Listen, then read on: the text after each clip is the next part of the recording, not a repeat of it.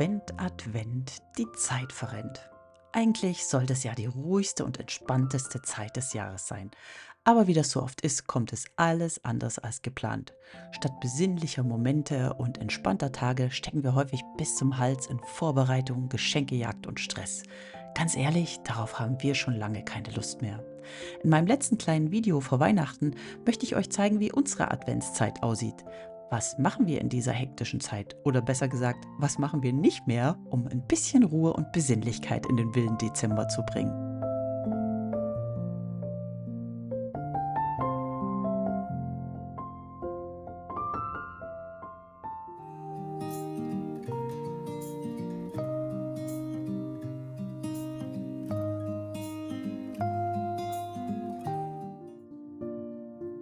Fangen wir doch mal mit der Weihnachtsdekoration an. Als wir vor knapp 5 Jahren von unserem Haus mit riesig großem Keller in unsere Wohnung mit klitzekleinen Keller gezogen sind, habe ich jede Menge Dekosachen aussortiert. Was hatte ich früher für Kisten im Keller mit Weihnachtsdeko? Engelorchester, Pyramide, Schwibbögen, Räuchermännchen, Lichterketten, Kerzen und anderen Nippes, für das ich jetzt überhaupt gar keinen Platz mehr habe. Wir haben uns auf ein paar wenige Stücke beschränkt. Wir haben ein paar Kerzen, Kränze im Fenster hängen. Wir haben 2 Porzellanhäuschen, 3 Porzellanfiguren. Wir haben die Schlittenschellen, einen Betonkranz, den ich jedes Jahr aufs Neue als Adventskranz mit Kerzen, Grün und ein paar Weihnachtskugeln dekoriere und eine Lichterkette am Fenster und das reicht uns völlig zu. Es ist trotzdem gemütlich, es ist trotzdem hügelig und alle fühlen sich wohl und ich spare mir den Stress vor Weihnachten, das ganze Zeug aus dem Keller zu holen, zu dekorieren und nach den Feiertagen wieder alles aufzuräumen. So wie es ist es optimal. Als ich Ende November durch Instagram gescrollt bin, da wurde ich von einer endlosen Flut von Weihnachtsplätzchen und Videos mit Backrezepten überrollt. 1520 verschiedene Sorten wurden gebacken und viele standen tagelang in der Küche und haben die tollsten Plätzchen kreiert. Ich habe da ehrlich gesagt schon vom Zugucken Schnappatmung gekriegt und habe gedacht, oh Gott, was backe ich denn dieses Jahr? Ich muss ehrlich gestehen, dass ich nicht so der beste oder tollste Plätzchenbäcker bin. Ich habe das früher immer gemacht, damit die Kinder Spaß dran hatten, aber das war meistens eher chaotisch als schön und entspannt. Die hatten nach 5 Minuten keine Lust mehr und ich habe dann den ganzen Tag in der Küche gestanden und habe die Plätzchen zu Ende gebacken, die ich vorbereitet hatte. Und dann waren sie innerhalb von 2 Tagen aufgefuttert. Und dieses Jahr hatte überhaupt gar keiner Lust, sich mit mir hinzustellen und Plätzchen zu backen. Also habe ich es gleich ganz gelassen. Wir haben ja sowieso unsere Ernährung umgestellt und essen nicht mehr so viel Süßes und kein Zucker mehr. Und von daher, ja, hatte ich auch gar nicht so den Appetit auf Süßes. Meine Mama war trotzdem so lieb und hat uns ein Paket geschickt mit ihren Plätzchen. Die haben wir dann an einem Wochenende verspeist und ich muss sagen, dass jetzt auch wieder gut ist. Ich habe das Gefühl, nach so viel Süßen im Dezember ist man dann irgendwo gesättigt und man braucht dann nicht noch mehr. Und wer weiß, dieses Jahr habe ich nicht gebacken, aber vielleicht nächstes Jahr wieder.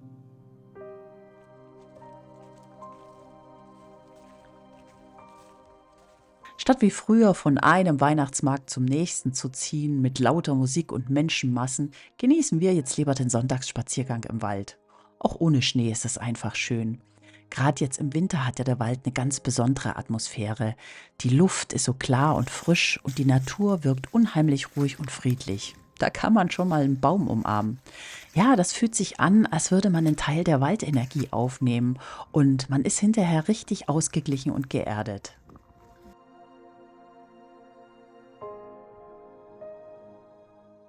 Die kargen Äste und das Moos am Boden sind ganz anders als im Sommer und es ist faszinierend, wie der Wald auch in der kalten Jahreszeit lebendig ist. Die Energie des Waldes beruhigt und hilft, den Kopf wieder frei zu bekommen. Außerdem tut uns die Bewegung an der kühlen Luft richtig gut. Das ist eine willkommene Abwechslung zur warmen Stube. Und nach so einem schönen Spaziergang schmeckt dann auch der Punsch im Winterdorf gleich doppelt so gut.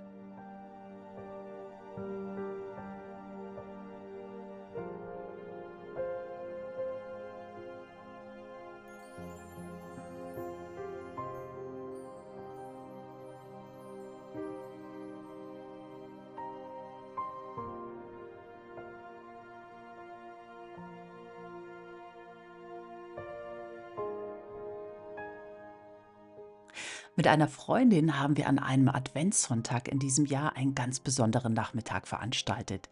Das Ritual der Wünsche, so nannte sie es. Sie hat all ihre Freundinnen zusammengetrommelt und wir haben uns bei ihr im Garten getroffen, haben Punsch getrunken, Plätzchen gegessen und ich habe den Mädels ein bisschen was über die Rituale und Gebräuche der Rauhnächte erzählt.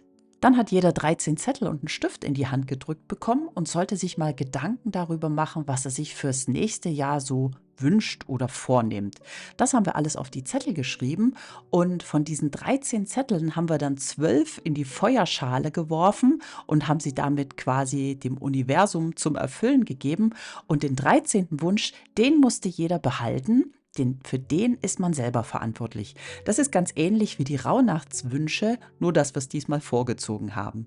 Und um nicht zu vergessen, an unseren eigenen Wunsch zu denken, gab es zum Schluss von unserer Freundin noch einen kleinen Erinnerungsstein. Ich fand das echt ein schönes Ritual in dieser hektischen Adventszeit, denn so hatte jede von uns die Chance, mal sich über die eigenen Wünsche und Bedürfnisse Gedanken zu machen.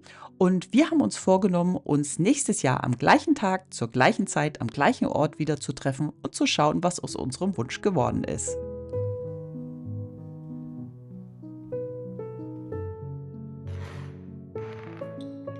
Ich hatte bestimmt schon mal erwähnt, dass wir auch, was die Weihnachtsgeschenke angeht, sehr minimalistisch geworden sind.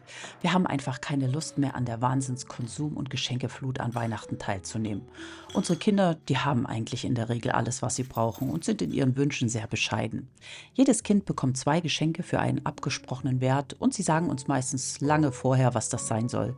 So habe ich schon genug Zeit, Ausschau zu halten und muss nichts auf den letzten Drücker besorgen und es gibt auch keine bösen Überraschungen, was unerwünschte Geschenke angeht.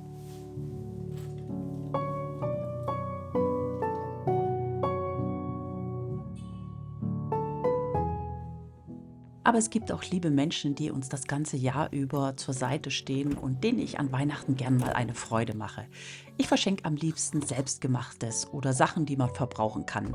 Und dafür muss ich tatsächlich jetzt in der Adventszeit nochmal los, um was zu besorgen. Ich sammle zum Beispiel das ganze Jahr über Gläser von meinem Nussmus. Die kann man immer gut für Weihnachtsgeschenke nutzen. Die habe ich mir geschnappt und bin zu unserem kleinen Teeladen gefahren und habe mir dort Tee abfüllen lassen. Außerdem habe ich noch Pralinen gekauft und das alles in die kleinen Gläser gepackt.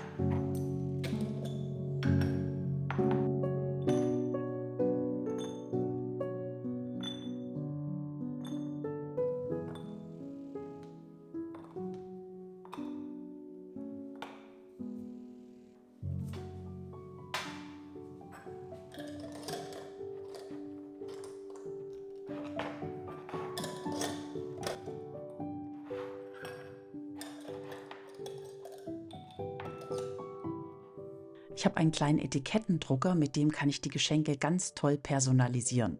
Mit einer App kann man da Aufkleber wunderbar gestalten, mit Texten oder Bildern versehen.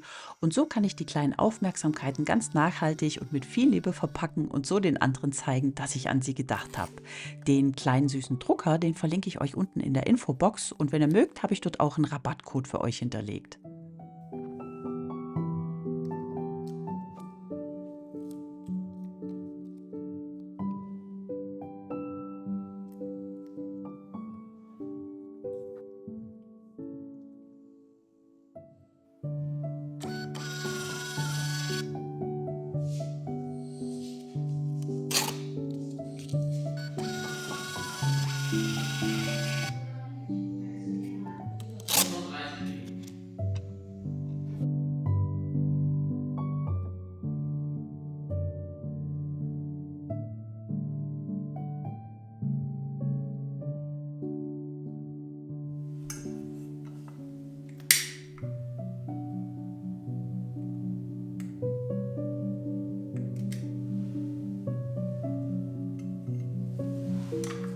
Etwas, das mich den ganzen Dezember über begleitet und für mich wirklich zu einer achtsamen Adventszeit dazugehört, ist die Gestaltung von meinem Bullet Journal, meinem Kalender für das nächste Jahr. Ich zelebriere es. Schon seit Jahren gehört das für mich im Dezember dazu, dass ich mir abends Zeit nehme, runter in mein Kellerbüro gehe, dort zünde ich mir Kerzen an, dann mache ich ein gemütliches Ambience-Video auf YouTube an und dann widme ich mich voll und ganz der Gestaltung meines Kalenders.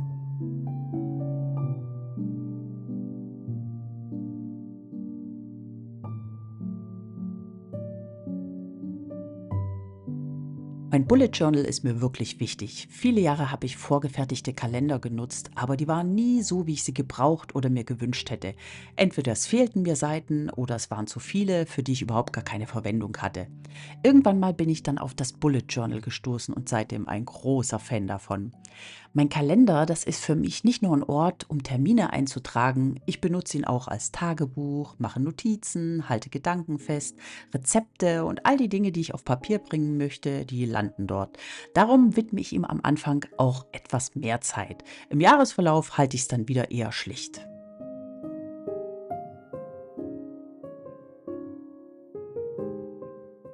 Ich muss sagen, dass ich mich nie so genau an Vorgaben halte, wie jetzt ein Bullet Journal auszusehen haben soll. Denn das ist ja gerade das Schöne, dass man das ganz individuell und nach eigenen Bedürfnissen gestalten kann. So kommt bei mir zum Beispiel am Anfang das Inhaltsverzeichnis, dann trage ich die Geburtstage von Freunden und Familie ein und anschließend folgt eine Jahresübersicht mit jeweils einem Monat. Ich bestelle mir immer so kleine Aufkleber bei Etsy mit Feiertagen und dann markiere ich mir noch mit einem farbigen Textmarker die Ferien, damit ich auch weiß, wann die Kinder zu Hause sind.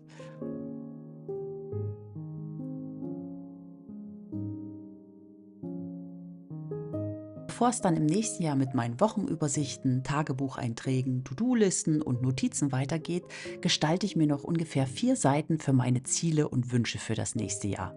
Die Seiten teile ich meistens auf in den Bereich Gesundheit, Familie und Partnerschaft, berufliche Ziele und Persönliches. Ich nehme da wirklich Zeit und denke ganz genau darüber nach, was mir wichtig ist und gestalte die Seiten dann so ähnlich wie ein Vision Board mit Bildern, Fotos, Symbolen, die ungefähr meine Vorstellungen von meinen Wünschen und Träumen für das nächste Jahr darstellen sollen.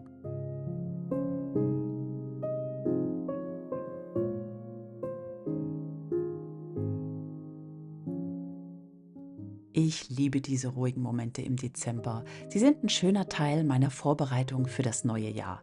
Es gibt mir die Möglichkeit, alles gut zu organisieren, den Überblick zu behalten und ein kleines bisschen kreativ zu sein. So kann ich sicherstellen, dass ich mit klaren Zielen und frischem Geist ins neue Jahr starte.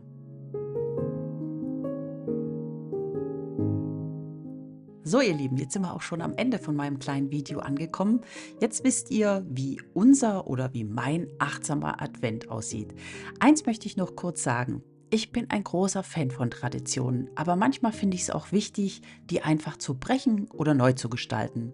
Manchmal tut es gut, neue Wege zu gehen und einfach Alternativen auszuprobieren.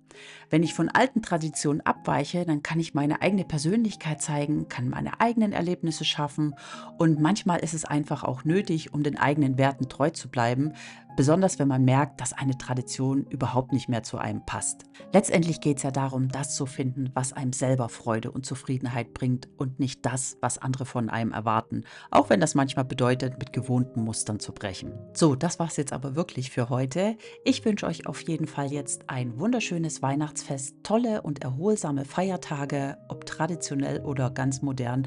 Hauptsache es ist so, wie ihr euch das vorstellt. Und ich würde mich freuen, wenn euch mein Video gefallen hat, wenn ihr mir als Dankeschön und Wertschätzung einen Daumen nach oben da lasst. Und ich sage jetzt mal Tschüss und ich hoffe, wir sehen uns beim nächsten Video. Bis bald!